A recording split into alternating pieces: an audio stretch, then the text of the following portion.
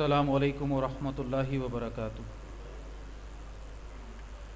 الحمد للہ وکفیٰ والصلاۃ والسلام علی عبادہ الذین اصطفیٰ، اما بعد، اعوذ باللہ من الشیطان الرجیم، بسم اللہ الرحمن الرحیم۔ لقد کان لکم فی رسول اللہ اسوۃ حسنۃ لمن کان یرجو اللہ والیوم الآخر وذکر اللہ کثیرا، وقال اللہ عز وجل فالذین آمنوا به وعزروه ونصروه واتبعوا النور الذی انزل معه اولئک هم المفلحون۔ صدق اللہ العظیم۔ رب اشرح لی صدری ویسر لی امری واحلل عقدۃ من لسانی یفقهوا قولی۔ رب یسر ولا تعسر واتمم بالخیر، رب اغفر وارحم وانت خیر الراحمین، آمین یا رب العالمین۔ الحمدللہ جی، ہمارا موضوع چل رہا ہے پچھلے جمعوں سے متصل، اور وہ ہے جناب رسول اللہ صلی اللہ علیہ وسلم کے ساتھ ہمارا تعلق، ہماری نسبت۔ اور اس حوالے سے پہلی بنیادی چیز جو ہم نے سمجھی تھی وہ تھی محبت رسول صلی اللہ علیہ وسلم، حب رسول، جو کہ ہمارے ایمان کا جزو ہے، جزو لازم ہے، جس کے بغیر ایمان کی تکمیل ممکن نہیں ہے، ایمان ہمارا مکمل نہیں ہے۔ پھر کسی درجے میں ہم نے یہ سمجھا کہ اس محبت کا پہلا عملی تقاضا، یا یوں کہہ لیجئے کہ اس نسبت کی عملی شکل، رسول اللہ صلی اللہ علیہ وسلم کے ساتھ جو نسبت ہے اس کی عملی شکل وہ ہے اطاعت رسول صلی اللہ علیہ وسلم۔ تو اللہ کے نبی صلی اللہ علیہ وسلم کی اطاعت، آپ صلی اللہ علیہ وسلم کے ساتھ یہ تعلق عمل سے ظاہر ہوگا۔ محبت کا تقاضا بھی یہی ہے، رسول اللہ صلی اللہ علیہ وسلم سے محبت ہے تو بھائی ان کی اطاعت سے پتہ چلے گا۔ اور رسول اللہ صلی اللہ علیہ وسلم کو بھیجا ہی کیوں اللہ سبحانہ و تعالی نے، اور آپ ہی نہیں بلکہ تمام ہی انبیاء کے بھیجے جانے کا مقصد وہ بتایا گیا کہ ان کی اطاعت کی جائے۔ اللہ نے یہ کرم اپنے بندوں پر فرمایا ہے کہ کل قیامت کے دن جو عدالت سجنی ہے، جو کہ میرا آپ کا اور ہر اس شخص کا جو دنیا میں آیا اور گیا، اس کا فائنل جو ڈیسٹینیشن ہے، جہاں لازمی پہنچنا ہے، وہ میدان محشر ہے۔ اس سے بچت کسی کو بھی نہیں ہے۔ اس محشر کے دن، اس میدان میں، وہ قیامت کا دن جس میں یہ امتیں اجتماعی طور پر بھی اور تمام ہی افراد انفرادی طور پر بھی اللہ کے سامنے باری باری حاضر ہونے ہیں، وہاں پر جو حجت قائم ہوگی اللہ سبحانہ و تعالیٰ کے احکامات پر عمل کرنے کے حوالے سے، اس حجت کی عملی تصویر وہ رسول ہوتے ہیں، وہ انبیاء کرام ہوتے ہیں، تاکہ انسانوں کے پاس کوئی حجت نہ رہ جائے کل اللہ کے سامنے یہ کہنے کے حوالے سے کہ یا اللہ ہمیں تو نہیں معلوم تھا کہ تیرا دین کیا ہے، تیرے احکامات کیا ہیں، یا اس کو یوں کہہ لیجئے کہ ہمیں یہ نہیں معلوم تھا، چلیے یہ تو پتہ چل گیا کہ احکامات ہیں، ان احکامات پر عمل کیسے کرنا ہے، عمل کیسے کرنا ہے، وہ کیسے پتہ چلے کہ بھئی یہ کام کرو تو کیسے کرو، اس کی تصویر، اس کی شکل کیا ہو، اس کی صورت کیا ہو۔ تو اللہ نے تو اپنے انبیاء کو باقاعدہ جو بھیجا اور انسانوں میں سے مبعوث فرمایا، اس کی بہت سارے جو وجوہات ہیں، ان میں ایک وجہ یہ بھی ہے تاکہ وہ اللہ کے احکامات پر عمل کر کے دکھا دیں۔ یہ تربیت کا اصول بھی ہے، اس بات کو بھی ہمیں سمجھنا ضروری ہے۔ ہم اگر اپنے مثال کے طور پہ بطور والد میں اپنے بچے کو نصیحتوں کا پورا پٹارا کھول کے اس کے سامنے رکھ دوں، بڑی بڑی تقریریں کروں، لمبے چوڑے وعظ اس کے سامنے کروں اور بتاؤں اس کو کیا صحیح ہے، کیا غلط ہے، کیسا ہونا چاہیے، کیسا، مطلب بہت کچھ اس کے سامنے باتیں کروں، اور یہاں اتنی نصیحتیں کروں کہ اس کو رٹوا دوں وہ ساری نصیحتیں، لیکن وہ نصیحتیں، وہ باتیں، وہ تقریریں، وہ وعظ، وہ کسی کام کے نہیں ہیں میرے اس بچے کے، جب تک کہ میں اپنے عمل سے اس کے سامنے نہ دکھاؤں کہ کرنا کیا ہے، کرنا کیسے ہے۔ تو یہ بڑی لاجیکل بات ہے۔ تو اسی حوالے سے جو میں عرض کر رہا ہوں کہ انبیاء کرام کی جو بھی اس دنیا میں آمد ہوئی ہے، انہوں نے انسانی سطح پر، انسانی زندگی میں اپنے آپ کو رکھتے ہوئے وہ جو بھی ان کی زندگیاں رہیں وہ گزاری انہوں نے، وہ مشکلات انہوں نے جھیلیں جو ایک انسان کے سامنے آ سکتی ہیں. ان کو بھی بھوک لگتی تھی، پیاس لگتی تھی، ان کے ساتھ بھی وہ خواہشات تھیں جو ایک انسان کے ساتھ ہو سکتی ہیں. ان سب چیزوں کے ساتھ انہوں نے اللہ کے دین پر، اللہ کے احکامات پر، اللہ کی شریعت پر عمل کر کے دکھایا، تاکہ انسان سمجھ لے کہ یہ جو حکم دیا جا رہا ہے، یہ جو قید و بند لگایا جا رہا ہے، یہ انسانی بساط سے باہر نہیں ہے. کوئی یہ نہ کہے کہ جی یہ جو اللہ نے جو احکامات دیے تھے یہ تو ایک انسان کے بس کی بات ہی نہیں تھی کہ ان پر وہ عمل کر کے دکھاتا. یہ پیٹ کی آگ بجھاتا، وہ اپنے گرمی سردی کے اپنی بیماریوں کے مسئلوں سے نکلتا، وہ اپنے بچوں کو پالتا، اپنے معاملات سدھارتا، نہ کہ وہ تیرے دین اور اس کے تقاضوں کی طرف دیکھتا. یہ کیسے ممکن تھا؟ تو انبیاء یہ سب کر کے دکھا گئے، رسول یہ سب کر کے دکھا گئے.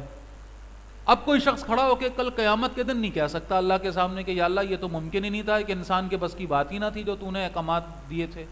یہ نہیں کہہ سکتا کوئی. یہ حجت قائم کی ہے.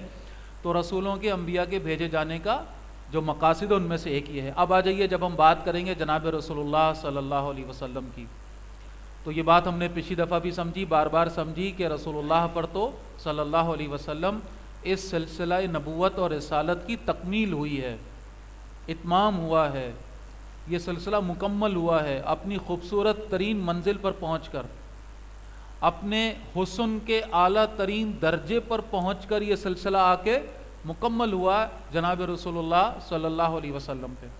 لہٰذا ہم دیکھتے ہیں کہ یہ آیت یا یہ بات کسی اور نبی یا رسول کے حوالے سے آئی یا نہیں آئی یہ تو چھوڑیے، لیکن رسول اللہ کے حوالے سے ہم جانتے ہیں. میں نے سب سے پہلے وہ آیت سورہ احزاب کی آیت نمبر 21 آپ کے سامنے پڑھی، جو کہ بلکہ بڑی روشن آیت ہے اور الحمدللہ پڑھی جاتی ہے سیرت کے جلسوں میں بار بار. لیکن یہی تو وہ شے ہے جس کو ہم مس کر رہے ہیں اپنی عملی زندگیوں کے اندر. وہ کیا ہے؟ لَقَدْ كَانَ لَكُمْ فِي رَسُولِ اللَّهِ أُسْوَةٌ حَسَنَةٌ. یہ جو رسول ہیں صلی اللہ علیہ وسلم، ان کی ذات میں، ان کی شخصیت میں، ان کی زندگی میں تمہارے لیے کیا ہے؟ کامل نمونہ ہے.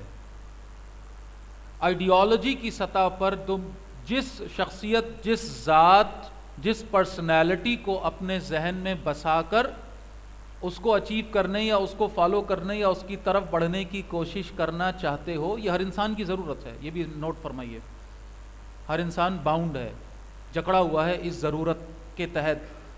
کوئی دنیا کا انسان نہیں ہے جو اپنے ذہن میں کسی ہیرو، میں یہ لفظ عام ذرا سا استعمال کر رہا ہوں بات سمجھانے کے لیے، کوئی ہیرو، کوئی قائد، کوئی رہنما، کوئی آئیڈیل، ہر انسان اپنے ذہن میں یہاں کوئی نہ کوئی رکھے گا. وہ مجبور ہے اس بات کے لیے، یہ اس کی فطرت کا تقاضا ہے. پھر وہ اس کو فالو کرے گا، اس جیسا بننے کی کوشش کرے گا، اس کے پیچھے جائے گا، اور اس کو فالو کرنے میں، اس کے پیچھے جانے میں اپنے لیے فخر، مان، عزت محسوس کرے گا، اپنی کامیابی سمجھے گا اس بات کو کہ اگر میں ان جیسا بن جاؤں، ان جیسا ہو جاؤں.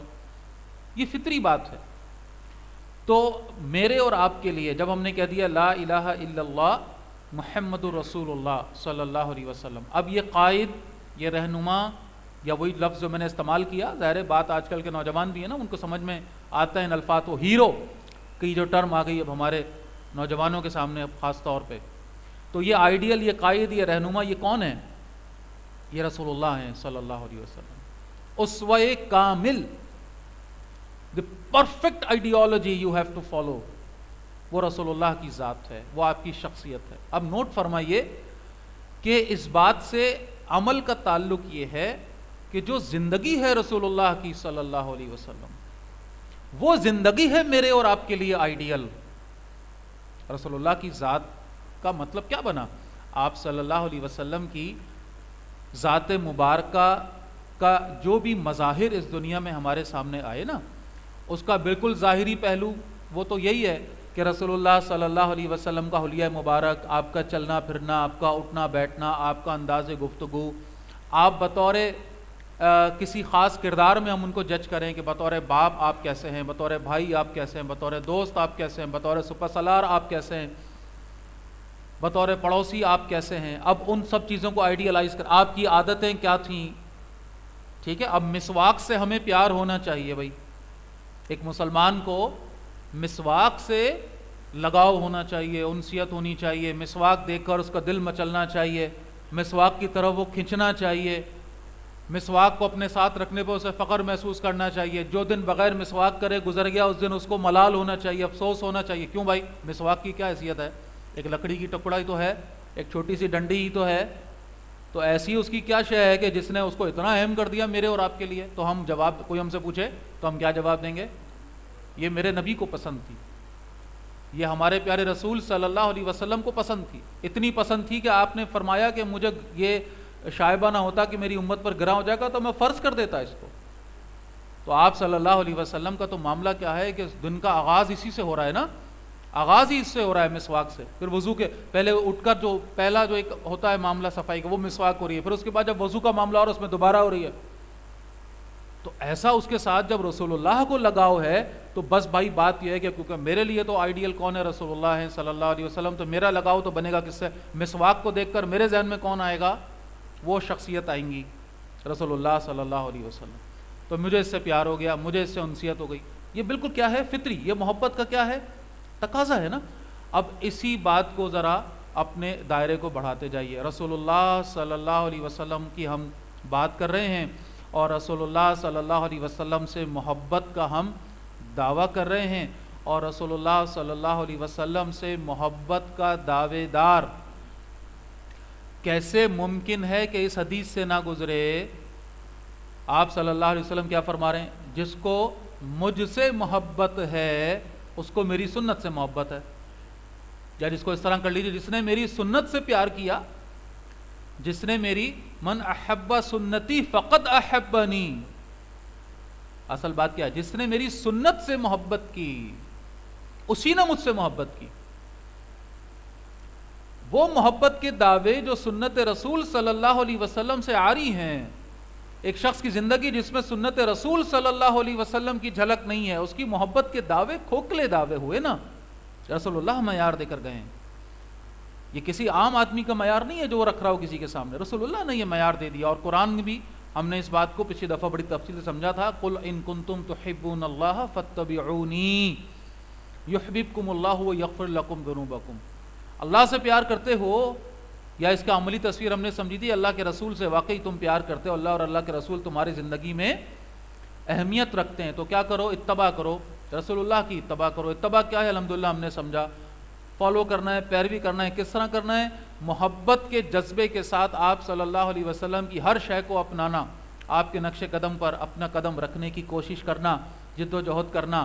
اب دیکھیے میں بات کو لا رہا ہوں درجہ بدرجہ اوپر کی طرف. وہ عادت مطہرہ جو رسول اللہ کی تھی, مسواک, ٹھیک ہے جی الحمدللہ ہمیں اس سے پیار ہے, بالکل ہونا چاہیے, ہم کریں گے, صبح شام کریں گے. جو نہیں کرے گا اس کو نوٹ بھی کروائیں گے کہ بھائی یہ تم کیوں اپنے آپ کو محروم کر رہے ہو, یہ نہ کرو. خلیہ مبارکہ رسول اللہ کا سب سے اعلیٰ, سب سے اچھا. جو نہیں رکھے گا ہم اسے متوجہ کریں گے, بھائی اپنے اوپر کیوں ظلم کر رہے ہو یار, یہ عارضی زندگی ہے, رسول اللہ کا خلیہ اپناؤ. ابھی قبر میں جا کر کیا رہ جائے گا تمہارا یہ سب معاملات, کس چیز کے چکر میں پڑے ہو؟ کپڑے ایسے پہنو, لباس ایسا پہنو, عادت ایسی کرو, سب کچھ کرتے اب آ جائیے ذرا ایک درجہ اوپر. رسول اللہ صلی اللہ علیہ وسلم نے اپنی حیات مبارکہ میں کیا اچیو کیا, یا چلیں اس کو اس طرح کہیے, کیا اچیو کرنے کی, کس مقصد کو حاصل کرنے کی محنت اور جد و جہد میں اپنی زندگی کے قیمتی پل بتائے؟ آپ کا ٹارگٹ کیا تھا؟ آپ کی زندگی کا مقصد کیا تھا؟ آپ کس کام کو ترجیح دیتے تھے؟ آپ نے زندگی بھر کس شے کے لیے اپنے آپ کو لگا کے رکھا؟ ایک ایسی شے کہ جس سے آپ لمحہ بھر بھی غافل نہیں ہوئے.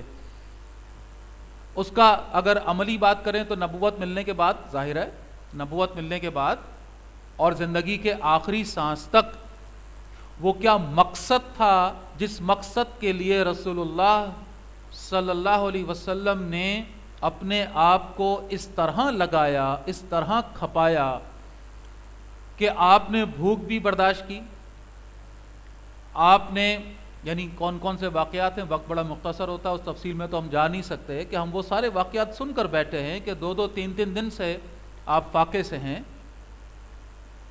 ہم نے واقعہ سنا ہے کہ آپ نے بھی اپنے پیٹ پر پتھر باندھا ہوا ہے بھوک کی شدت کی وجہ سے. ہم نے وہ سارے واقعات سنے ہوئے ہیں کہ رسول اللہ صلی اللہ علیہ وسلم کی ازواج مطہرات جو نقشہ کھینچ رہی ہیں, یہ جو آپ کے محل ہے نا، محل کا لفظ میں استعمال کر رہا ہوں، سب سے قیمتی اس دنیا میں کس کی رہائش؟ وہ رسول اللہ کی، وہ حجرہ مبارک رسول اللہ کا ہے۔ اس سے بڑھ کر کون ہے کوئی بادشاہ؟ کوئی بادشاہوں کا بادشاہ کون ہے وہ دنیا کے اندر؟ اللہ کے بعد تو کون ہے کہ جو اس دنیا میں سب سے معتبر ہے؟ وہ رسول اللہ ہیں صلی اللہ علیہ وسلم۔ اور آپ کی زوجہ جو ہیں وہ فرما رہی ہیں کہ ہمارے گھر میں تیسرا چاند نظر آ گیا اور چولہا نہیں جل رہا، یا وہ یہ فرما رہی ہیں کہ چولہا نہ جلنے کی یہ کیفیت ہے کہ اس میں گھاس اگ رہی ہے، استعمال ہی نہیں ہو رہا تو اس میں گھاس اگ کر آ گئی ہے، تو ستو پہ اور کھجور پہ جو ہے وہ اکثر و بیشتر گزارا ہو رہا ہے۔ جبکہ یہ وہ گھر ہے جہاں پر جب حالات اچھے ہوئے ہیں، فتوحات ہونی شروع ہوئی ہیں، تو ایسا نہیں ہے کہ وہاں تو سونے کے سکے اور چاندی کے سکے یا مال و اسباب اور مال غنیمت تو ہم جانتے ہیں، لیکن رسول اللہ کا یہ اختیاری فقر تھا، اور اس اختیاری فقر کو آپ نے کس لیے اختیار کیا؟ یہ ہے اصل سوال۔ دنیا کی دولت آپ کے قدموں میں ڈھیر تھی، آپ کے اشارے پر کیا کچھ تھا جو آپ کو نہیں مل سکتا تھا، لیکن آپ نے نہیں اس کو حاصل کیا، آپ نے اس کی پرواہ نہیں کی۔ آپ نے تو یہ بھی گوارا نہ کیا کہ میں اپنے حجرے میں اس حال میں ہوں رات کو سوتے وقت کہ میرے گھر میں کوئی ایک سکہ موجود ہو۔ وہ واقعہ ذہن میں لے آئیے کہ عشاء کی نماز پڑھا رہے ہیں، اس کے بعد ایک دم سلام پھیرتے ہی تیزی کے ساتھ حجرے مبارک کی طرف جا رہے ہیں، صحابہ بھی حیران معاملہ پتہ نہیں کیا ہے، اور پھر تھوڑی دیر بعد تشریف لا رہے ہیں، بھئی کیا معاملہ ہوا؟ اب فرما رہے ہیں کہ جی وہ ایک سکہ کوئی رہ گیا، جو آئی تھی رقم سب بٹ گئی ہے، سب چلی گئی ہے، ایک رہ گیا ہے، وہ ایک دم یاد آیا ہے، تو یہ گوارا نہ کیا کہ میں اتنے وقت یہاں گزاروں کہ میرے گھر میں یہ دنیا کی دولت پڑی ہوئی ہو، ہے نا؟ یہ سارے واقعات ہمارے سامنے۔ یہ اختیاری فقر آپ نے کیوں اختیار کیا؟ چلیں اس سے آگے بڑھتے ہیں۔ رسول اللہ صلی اللہ علیہ وسلم کی جو ذات مبارکہ ہے، ایک ہوتا ہے نا، ایک شخص کا اپنا نفس ہوتا ہے نا، اور وہ نفس اس کو بڑا پیارا ہوتا ہے، اس کو عزت نفس سے بھی ہم تعبیر کرتے ہیں۔ میری ایک عزت نفس ہے، اور مجھ سے اگر آپ کہیں کہ جی فلاں صاحب کی جا کے منتیں کریں، فلاں صاحب کے جا کے آپ کسی بات پر ان کو منانے کی کوشش کریں، تو میں ڈیپینڈ کرتا ہے کہ فلاں صاحب کون ہے بھائی، میں کیوں جاؤں بھی کسی ادھر ادھر والے کے پاس، میں کیوں جا کے کسی کی منتیں کروں، میں کیوں جا کر کسی کو مری بلا سے جائے کوئی جاتا ہے۔ اور اگر میں کسی شخص سے جا کر کوئی بات کہتا ہوں کہ بھائی فلاں بات میری مان لیں، اور وہ شخص ریجیکٹ کرتا ہے، تو ٹھیک ہے بھائی، جائے نہ کرے۔ ہر شخص اپنے اپنے معیار کے مطابق اس کو جھیلتا ہے نا، ہم سب اپنی اپنی اندر وہ لے کے بیٹھے ہوئے ہیں، جس کا جو دنیاوی حوالے سے ایک معیار ہے وہ اس کے حساب سے اس کو مینیج کرتا ہے۔ میں جو آپ سے سوال کر رہا ہوں، مجھے بتائیے، عزت نفس کی بات کر لیں، شخصیت کے معتبر ہونے کی بات کر لیں، رسول اللہ صلی اللہ علیہ وسلم کے مقابلے پر کوئی ہے؟ سوال ہی پیدا نہیں ہوتا۔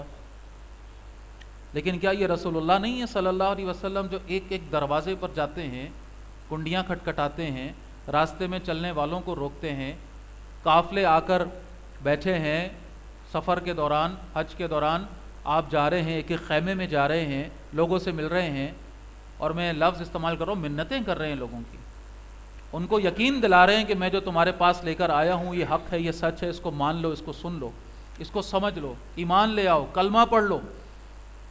لوگوں سے ریجیکٹ کیے جا رہے ہیں، رد کیے جا رہے ہیں، لوگ مذاق اڑا رہے ہیں، لوگ آپ کی دعوت کا، آپ کا مذاق اڑا رہے ہیں، اور کیا کچھ آپ صلی اللہ علیہ وسلم نے نہیں جھیلا ہے۔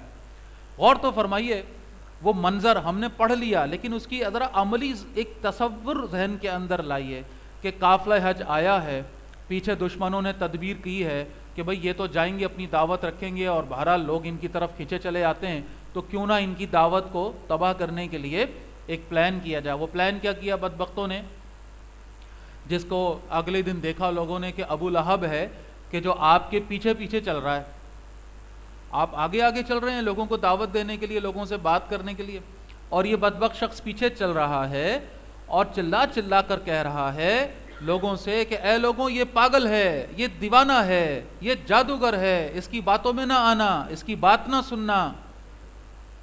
معاذ اللہ۔ میں جس پوائنٹ کی طرف توجہ دلا رہا ہوں، ذرا غور فرمائیے کہ سمجھنے کے لیے، میں اپنے آپ کو تصور کریں، آپ ایسے جا رہے ہوں، آپ بازار میں چلتے ہوئے جا رہے ہوں، آپ کے پیچھے ایک شخص آپ کے بارے میں یہ کہتا ہوا چل رہا ہو، ارے میں تو اس کا منہ توڑ دوں گا، میں تو اس کا گریبان پکڑ لوں گا، میں جناب فلاں فلاں محترم معزز، میرے بارے میں اتنی ہمت کیسے ہوئی یہ بات کرنے کی، ہے نا؟ لیکن ظاہر ہے میری کیا اوقات ہے اور میری کیا حیثیت ہے؟ وہ ہے رسول اللہ صلی اللہ علیہ وسلم، بعد از خدا بزرگ تو ہی قصہ مختصر۔ جن کی عزت اور احترام اور جن کے معتبر ہونا اس کے لیے الفاظ ہمارے پاس نہیں ہیں، جو اس کائنات میں اس روئے زمین پر سب سے معتبر شخصیت ہیں، اور ان کے بارے میں یہ بات اس طرح پیچھے سے کہی جا رہی ہے لوگوں کے سامنے۔ کذاب آپ کو کہا گیا، سب سے بڑا جھوٹا، ساحر جادوگر آپ کو کہا گیا، دیوانہ مجنون آپ کو کہا گیا، کیسے کیسے آپ کے پاس لے لے کر یہ پیشکشیں آئے کہ آپ پر جن آ گیا ہم آپ کا علاج کرا دیتے ہیں، آپ کو سرداری کی لالچ ہے آپ کو سردار بنا دیتے ہیں، معاذ اللہ ثم معاذ اللہ، آپ کو کسی عورت کی لالچ ہے آپ کو عورت دلوا دیتے ہیں، سب سے خوبصورت عورت سے آپ کی شادی کرا دیتے ہیں، نہ جانے کیا کچھ آپ جا کر جو ہے وہ سیرت پڑھیں کہ کسی طریقے سے بھائی آپ دیکھیں یہ آفرز جو ہے نا، یہ ایک طرح کی تحقیر بھی تو ہے نا، جو یہ آ کر رسول اللہ کی کر رہے ہیں کہ بھائی کن چکروں میں ہو یہ ساری باتیں، کہ کوئی سرداری بننا کرنا چاہتے ہو، کیا لینا چاہتے ہو تو ٹھیک ہے بھائی لے لو، ختم کرو جھگڑا، معاذ اللہ۔ اور رسول اللہ یہ سب کچھ جھیل رہے ہیں، رسول اللہ یہ سب کچھ جھیل رہے ہیں، یہ دعوت آگے بڑھ رہی ہے۔ پھر اس کا ایک اور آسپیکٹ آپ ذہن میں لے آئیے، رسول اللہ صلی اللہ علیہ وسلم نے جب دعوت رکھی اور وہ سلیم الفطرت افراد جو رسول اللہ کی دعوت کو قبول کر کے آپ کے ساتھ شامل ہوئے، کتنے قیمتی ہو گئے نا وہ آپ کے لیے، یہ ہزاروں لوگوں کا سمندر ہے نا، اس دلدل میں سے وہ قیمتی نفوس جنہوں نے اس دعوت پہ لبیک کہا وہ نکل کر آ گئے، بلال آ گئے، موصب آ گئے، حضرت سعد آ گئے، ٹھیک ہے، حضرت عثمان آ گئے، حضرت ابو بکر کی ان کی تو کیا ہی بات ہے۔ یہ جو نفوس نکل کر آ گئے اور جو ایمان لے آئے، یہ کتنے قیمتی ہیں اللہ کے رسول کے لیے۔ ان کو دیکھ کر تھوڑا حوصلہ ملتا ہوگا، آپ کو تھوڑی تسلی ہوتی ہوگی، ظاہر ہے ایک انسانی حیت میں آپ صلی اللہ علیہ وسلم کا ایک سپورٹ ہونا، سہارا ہونا کتنا ضروری ہے، ہم سب سمجھتے ہیں، ہم سب جانتے ہیں۔ اور اب ذرا نوٹ کیجئے کہ جب حضرت بلال پہ تشدد ہوتا ہوگا، امیہ بن خلف ان پر دن رات تشدد کرتا ہوگا، مارتا ہوگا، پیٹتا ہوگا، اس درجے کے لہو لہان ہو جاتے ہیں، پتھر رکھ کر سینے پر گرم تپتی ہوئی ریت پر سورج کے نیچے وہ دوپہر کی عرب صحرا وہ گرمی اور وہ لٹا دیتا ہوگا، اور ان کی چیخیں سنائی دیتی ہوں گی جب آل یاسر پر ظلم کیا جا رہا ہوگا، حضرت یاسر کے پرخچے اڑائے جا رہے ہوں، حضرت سمیہ کو شہید کیا جا رہا ہے، حضرت عمار پر تشدد اتنا ہوا ہے کہ ذہنی توازن وہ کھو بیٹھے ہیں، یہ سب رسول اللہ دیکھ رہے ہیں، آپ کے سامنے یہ سب کچھ ہو رہا ہے، آپ کے ماننے والوں پر یہ جسمانی تشدد اس درجے کا، حضرت موصب کا معاملہ گھر سے نکال دیا برہنہ، ان کے گھر والوں نے لباس تک اتروا لیا، اس حالت میں رسول اللہ کے پاس پہنچے ہیں۔ حضرت خباب بن ارد کو جلتے ہوئے انگاروں پر لٹا دیا گیا، جل گئی پیٹ، چربی پگھل گئی پیٹ کی، وہ انگارے ٹھنڈے ہوئے ہیں۔ یہ صحابہ، یہ آپ کے پیارے ساتھی، یہ جب آپ کے پاس آ کر یہ دکھ سناتے ہوں گے، یہ بات بتاتے ہوں گے میرے ساتھ یہ ہو گیا، جب آپ دیکھتے ہوں گے میرے تو آپ پر کیا گزرتی ہوگی، سوچیں آپ کے دل پر کیا گزرتی ہوگی، آپ کس غم کی کیفیت میں آ جاتے ہوں گے۔ سوچے انسان، کئی پہلو تو وہ ہیں سیرت کے جو ہمیں پتہ ہی نہیں ہے۔ رسول اللہ صلی اللہ علیہ وسلم کی 2 صاحبزادیاں ہیں جو ابو لہب کے بیٹوں کے نکاح میں تھیں، جب یہ نبوت کا اعلان ہوا تو اس بدبخت نے دھمکی دی کہ باز آ جاؤ ورنہ میں طلاق دلوا دوں گا، لیکن ظاہر سی بات ہے یہ باز آنے والی تو کوئی بات ہی نہیں تھی، رسول اللہ کیسے رک سکتے تھے، اللہ کی طرف سے دیا ہوا مشن ہے، لہٰذا وہی ہوا اور اس بدبخت نے طلاق دلوائی۔ آپ صلی اللہ علیہ وسلم کی 2 صاحبزادیوں کو طلاق ہوئی ہے اس کار نبوت کے، اس ذمہ داری کے انجام دینے کے حوالے سے۔ ذرا وہ تصور تو ذہن میں لائیے کہ جب غزوہ بدر کے بعد جو قیدی ہیں جن کو جکڑا ہوا ہے، ان قیدیوں میں جہاں صحابہ کرام کے رشتہ دار ہیں وہیں رسول اللہ کے داماد بھی ہیں، اس وقت تک ایمان نہیں لائے ہیں،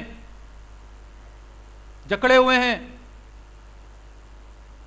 اور آپ کی صاحبزادی ان کے نکاح میں ہیں، اور وہ وہاں سے ان کے فدیے کے لیے مکے سے ہار بھجواتی ہیں، اور وہ ہار کس کا ہے؟ حضرت خدیجہ کا ہار ہے وہ رضی اللہ تعالیٰ عنہ، جس کو دیکھ کر آپ کی آنکھوں میں آنسو آ جاتے ہیں۔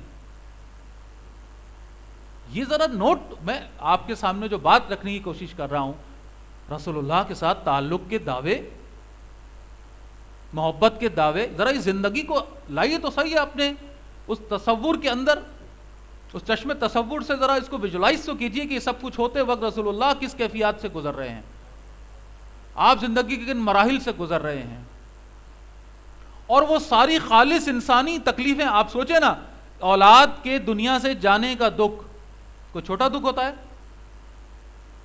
ہم سب جانتے ہیں. اور جو شخص جتنا سلیم الفطرت ہوتا ہے، جتنا شریف النفس ہوتا ہے، اس کو یہ دکھ اتنا ہی زیادہ ہوتا ہے. جس کی طبیعت جتنی مسخ ہوتی ہے، یا عام عرف میں کہہ لیجیے ڈھیٹ آدمی ہوتا ہے نا، ایک اس کی حسیات مر گئی ہیں، اس کو یہ دنیا کے غم اتنے نہیں ستاتے. لیکن ایک سلیم الفطرت، ایک شریف انسان، اس کو یہ دنیا کے غم زیادہ دکھ دیتے ہیں. وہ شرافت اس کی ہے نا، اپنوں سے زیادہ پیار کرتا ہے، اولاد سے زیادہ، اولاد کا دکھ زیادہ محسوس کرتا ہے. تو کیا رسول اللہ کی کیفیت محسوس کیجیے. آپ سے زیادہ فطرت کسی کی سلیم ہے؟ آپ سے زیادہ کوئی ہے معتبر اپنی فطرت کے اعتبار سے؟ تو جب آپ کے صاحبزادے، اور ایک نہیں، دو نہیں، تین آپ کے صاحبزادے آپ کے ہاتھوں میں جب انہوں نے دم توڑا ہوگا، تو کیا آپ کو، میں اب دیکھیں نا وہ کیفیات ساری. اب ظاہر موقع نہیں تفصیل میں جانے کا، میں جو عرض کر رہا ہوں. اور اس پر جو پھر کفار مذاق اڑا رہے ہیں آپ کا، تانے دے رہے ہیں آپ کو کہ لو بھائی ان کی تو نسل ہی ختم ہو گئی، کہیں کے نارا ابتر ہو گئی ہے. اور اللہ کا جواب پھر آپ صلی اللہ علیہ وسلم کی طرف سے ہم جانتے ہیں آتا ہے، قرآن کا حصہ بن جاتا ہے.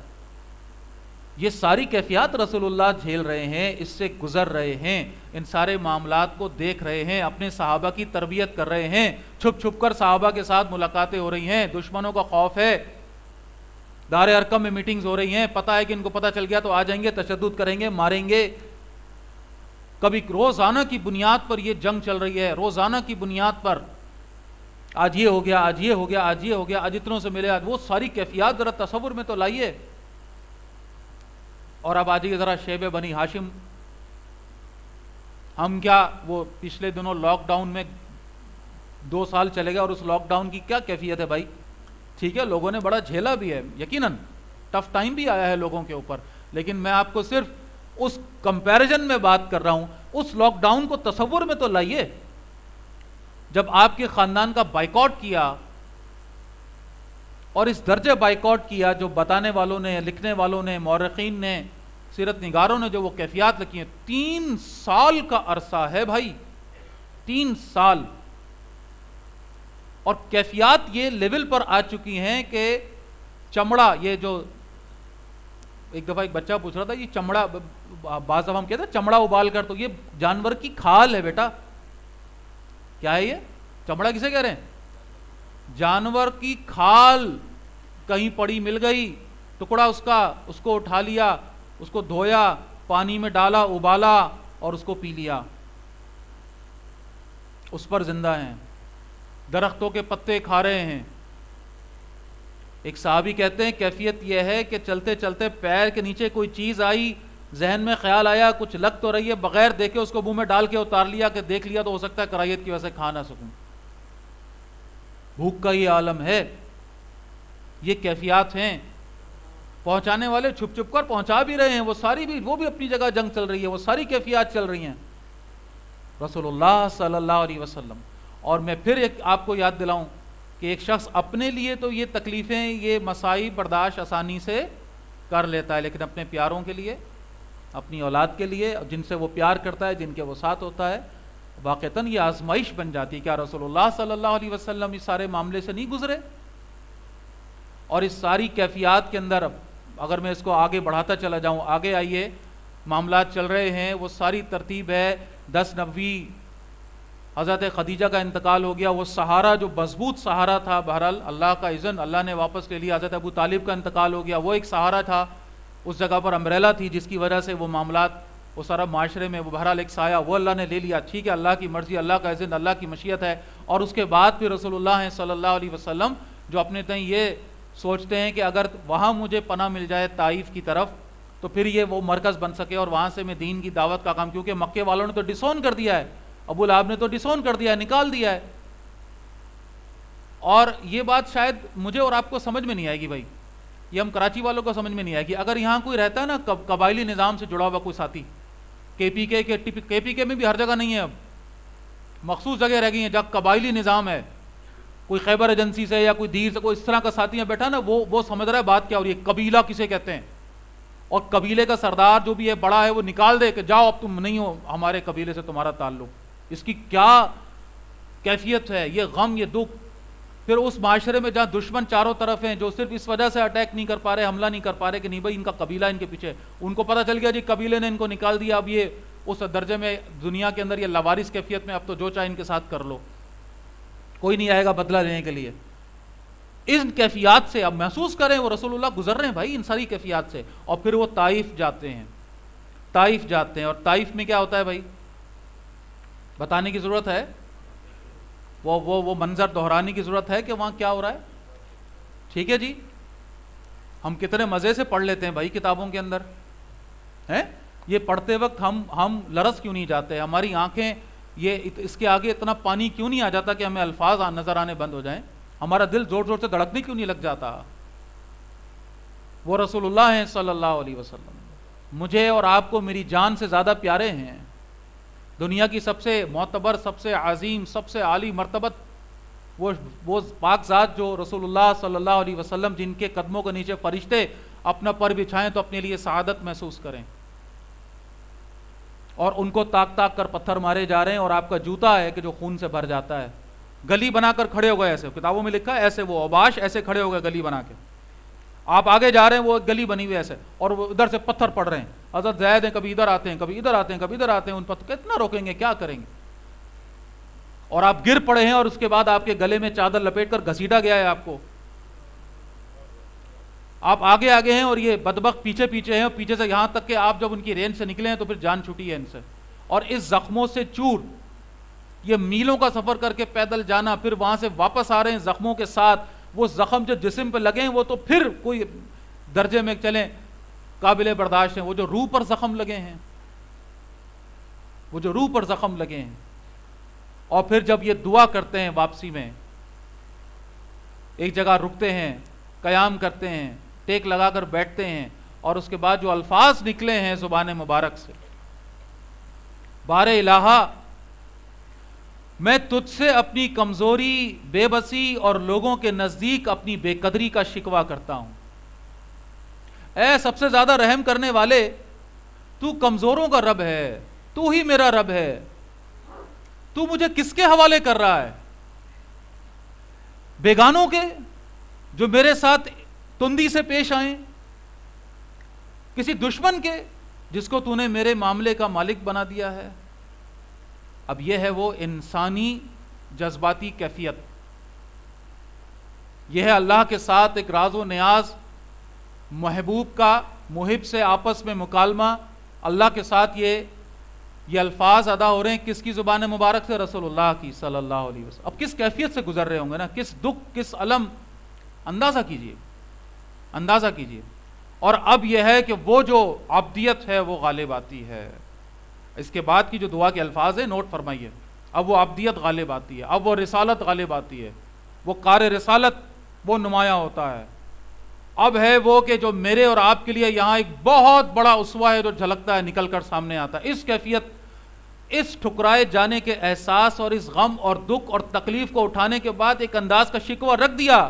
اب اس کے بعد الفاظ نوٹ کیجئے کیا فرما رہے ہیں. اے اللہ، اگر مجھ پر تیرا غضب نہیں تو مجھے کوئی پرواہ نہیں،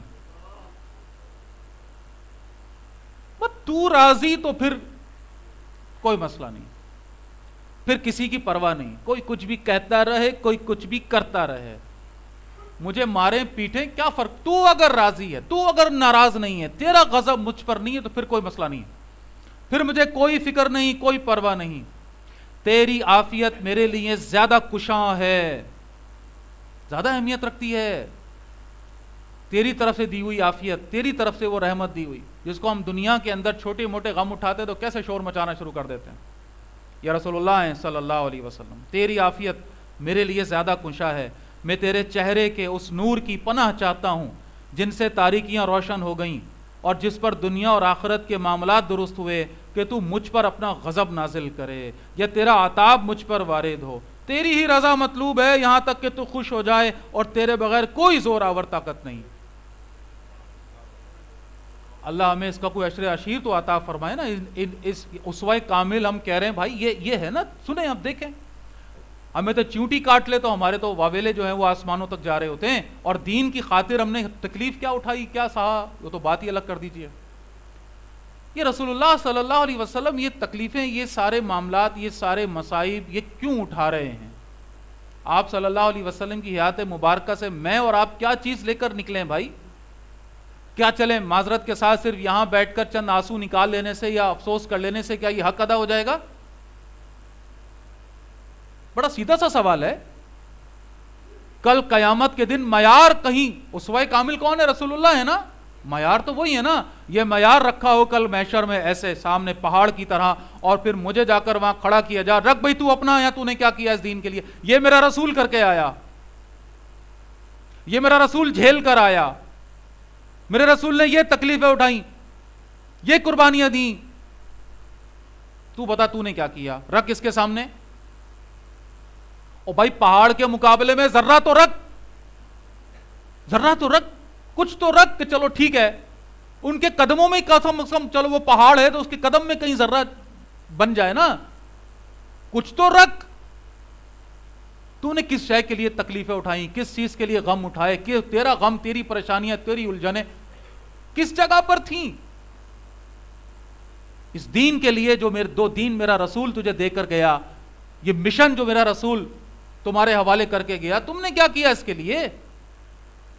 کیا رکھیں گے؟ میں کیا رکھوں گا وہاں اس جگہ پر؟ کیسے جسٹیفائی کروں گا اپنی زندگی کو؟ 50 سال 60 سال 70 سال جی کے چلا گیا، کیا کر کے گیا؟ کنٹریبیوشن میرا اس دین کے لیے، اس مشن کے لیے کیا ہے؟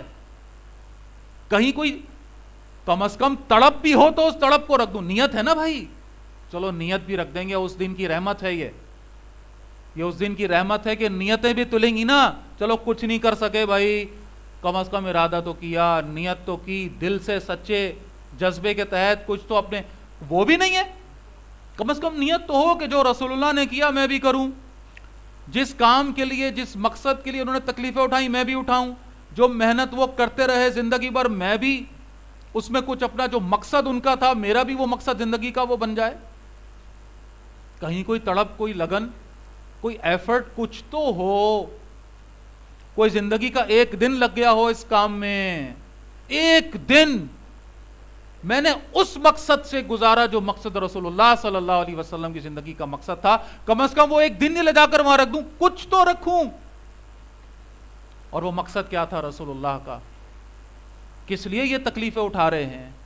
کس لیے اپنوں کے غم جھیل رہے ہیں؟ یہ دکھ، یہ تکلیفیں اٹھا کیوں؟ وجہ، لاجک. غزوہ بدر میں شانہ بشانہ ہیں، غزوہ احد میں آپ صلی اللہ علیہ وسلم کا وہ معتبر، وہ مبارک، وہ قیمتی خون زمین پہ گرا ہے. وہ زمین بھی خوش نصیب ہے جس نے اس خون کو جذب کیا، لیکن میرے رسول، ہمارے رسول نے صلی اللہ علیہ وسلم یہ تکلیف تو اٹھائی نا. 2 زرہیں پہنی ہوئی ہیں، 2 زرہیں، اور ایک بدبخت کی، ایک کافر کی تلوار شانے پر جب لگی ہے تو اس زور کی لگی ہے کہ کئی ہفتوں تک آپ اس کا درد محسوس کرتے رہے. دندان مبارک کا شہید ہونا، خون کا فوارہ نکلنا، آپ کے ہیلمٹ کی وہ جو لوہے کی کڑیاں آپ کی گال مبارک میں دھس جانا. چلے یہاں ایک ضمنی بات، محبت کے دعوے کرتے ہیں، محبت کے دعوے آئیں.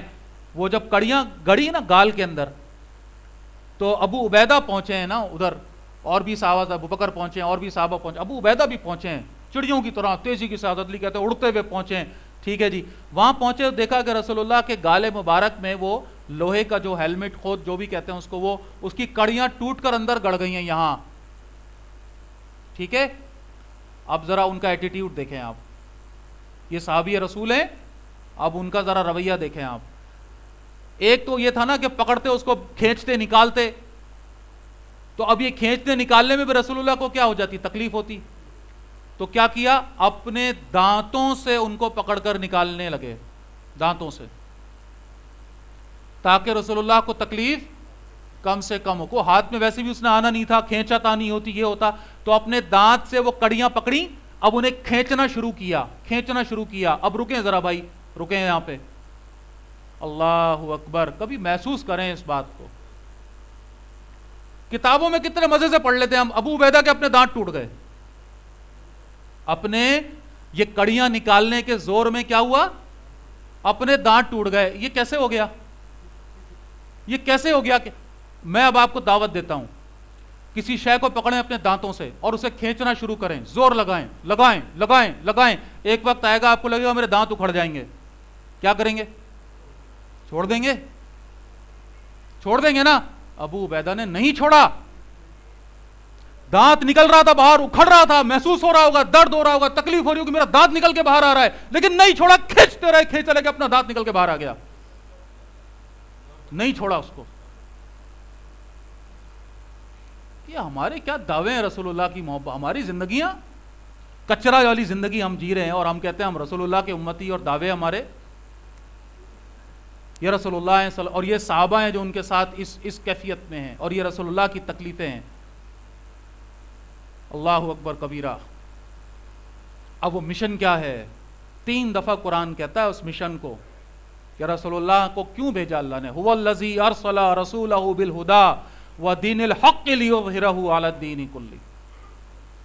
وہی اللہ جس نے بھیجا اپنے رسول کو الہدا قرآن دی گائیڈنس اور دین حق دے کر، تاکہ وہ اس کو غالب کر دیں دنیا کے دوسرے تمام ادیان پر، تمام نظام زندگی پر۔ یہ مشن تھا رسول اللہ کا۔ یا ایھا المدثر قم فانذر وربک فکبر، اے کمبل میں لپٹ کر اوڑھنے والے اٹھیے، کھڑے ہو جائیے، خبردار کیجیے اور اپنے رب کو بڑائی کا اعلان کر دیجیے، اپنے رب کو بڑا کر دیجیے۔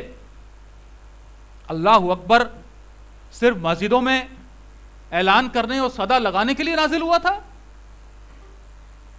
قانون غیر اللہ کا، نظام غیر اللہ کا، طرز زندگی غیر اللہ کا، گھروں میں ہمارے بڑا کون ہے؟ شیطان۔ اب اس کے آگے میں کہتے وقت بھی زبان چھٹک رہی ہے، بھئی سارا حکم تو اس کا چل رہا ہے، ساری ترتیب تو اس کی چل رہی ہے۔ بے حیائی کی حوالے سے بات کر لیں، معاشرتی نظام کے حوالے سے بات کر لیں، گھروں کے اندر حلال حلال کی بات کر لیں، طرز معاشرت، طرز معیشت، سارا شیطان کا دیا ہوا چل رہا ہے۔ تو یہ ہمارا نعرہ کہ اللہ اکبر، اس سے کیا ہوتا ہے بھائی؟ مسجدوں سجائیں گزری اللہ اکبر، ٹھیک ہے، کہاں ہے اللہ اکبر؟ اللہ سب سے بڑا کہاں ہے؟ جہاں اللہ کا نظام چل رہا ہے، جہاں اللہ کا حکم چل رہا ہے، جہاں اللہ کا دیا ہوا قانون نافذ ہے، وہاں ہے نا اللہ اکبر، اللہ سب سے بڑا۔ کہاں ہے؟ ہم کیسے مگن ہیں اپنی زندگیوں کے اندر؟ کیسے خوش ہیں ہم اپنی زندگیوں، کیسے ہم اپنے کریئر آبجیکٹو لائف گزار رہے ہیں؟ کیسے؟ سوچیں ہم ذرا، رسول اللہ کے مشن کے ساتھ کیا تعلق ہے ہمارا؟ رسول اللہ صلی اللہ علیہ وسلم اس مشن کو دے کر بھیجے گئے، اللہ کو اکبر کرنا ہے، اللہ کے دیے ہوئے نظام کو غالب کرنا ہے۔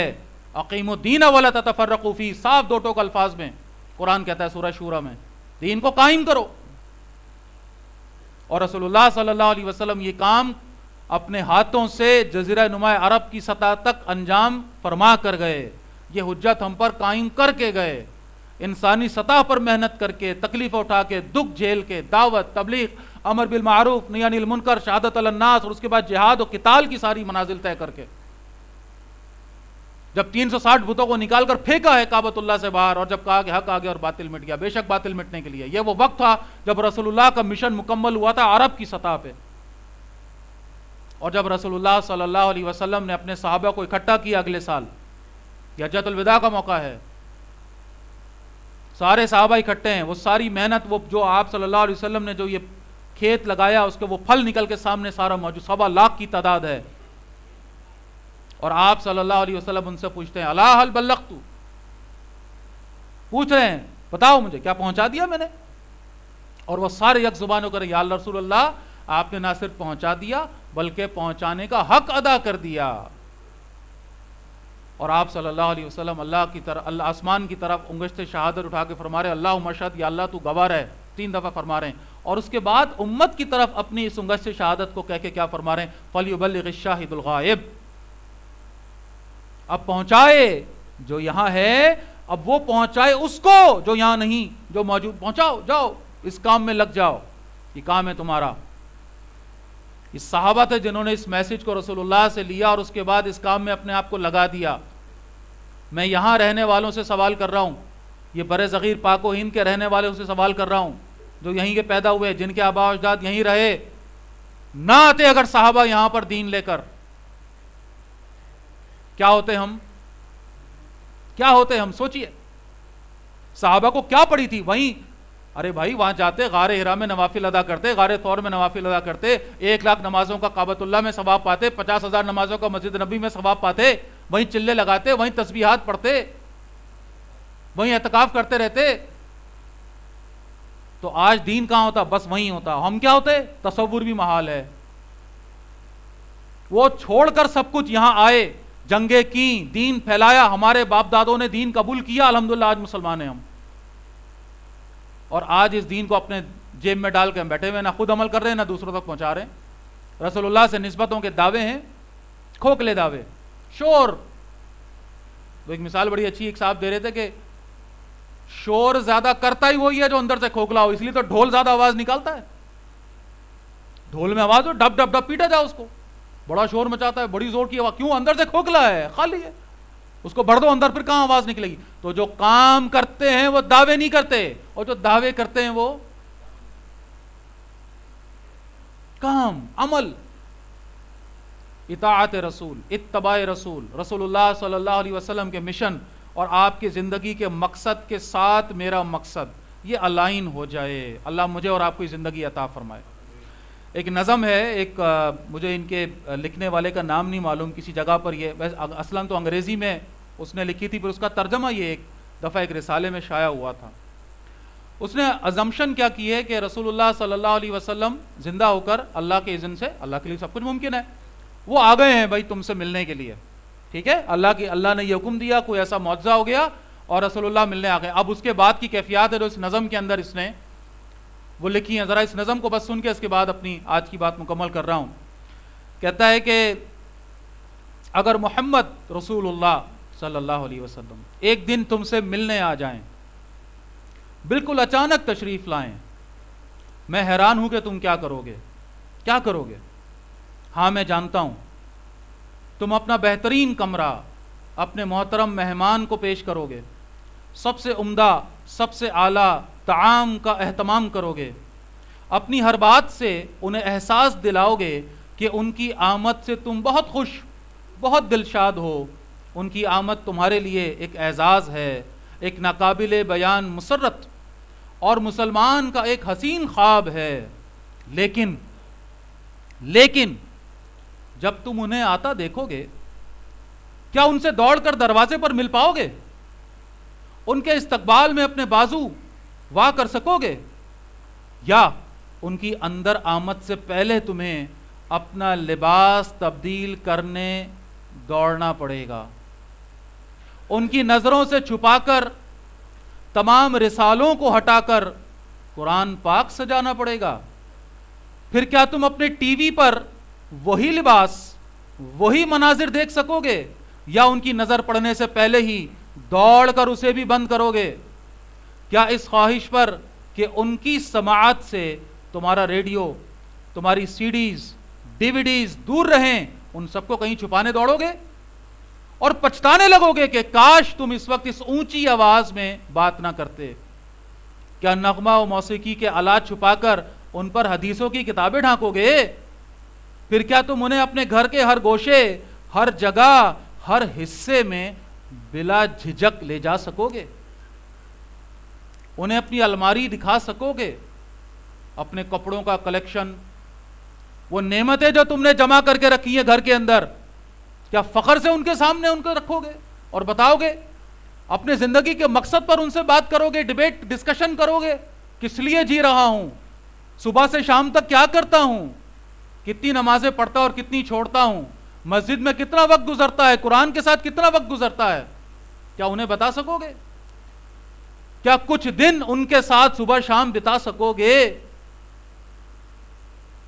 اللہ تعالیٰ مجھے اور آپ کو اپنی زندگیوں کو اس رنگ میں ڈالنے کی توفیق عطا فرمائے جو رسول اللہ کا رنگ ہے، جو اللہ کا رنگ ہے، وہ طرز زندگی، وہ مقصد زندگی اللہ تعالیٰ مجھے اور آپ کو اپنانے کی توفیق عطا فرمائے، تاکہ کل قیامت کے دن کہیں کسی درجے میں کوئی تو ایک کیفیت ہو کہ رسول اللہ دیکھیں اور فخر سے کہیں کہ یہ میرا امتی ہے، یہ میرا امتی ہے. آمین یا رب العالمین.